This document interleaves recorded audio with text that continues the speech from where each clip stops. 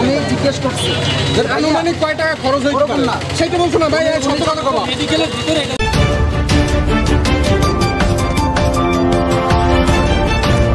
আমি আনুমানিক বলছেন ভাই, আপনি 2000 টাকা দাবি করার ওখানে কি সে বলছে আনুমানিক। আমি আসলে আপনি ওরকম কথা বলেন না, আপনি ওরকম ভাবে চান না, আপনি আপনার কথা ক্লিয়ার করেন।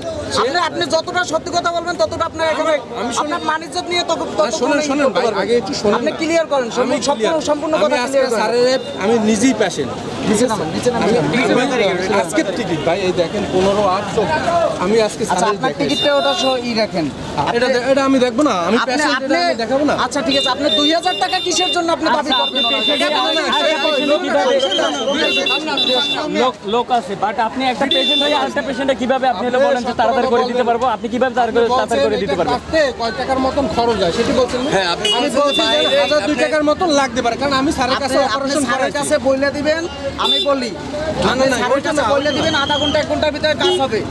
আপনাদের মতো আমি বলি, আপনাদের মতো দালাল চক্রের কারণে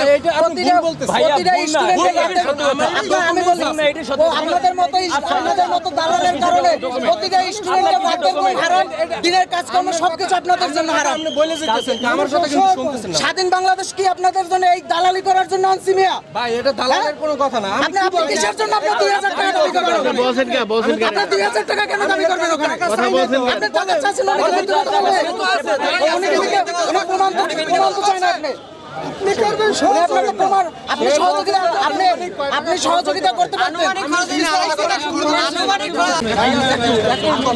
উনি জিজ্ঞেস করছে আনুমানিক কয় টাকা খরচ হইতে পারে না সেটা বলছো না ভাই, সত্য কথা কবা। মেডিকেলের ভিতরে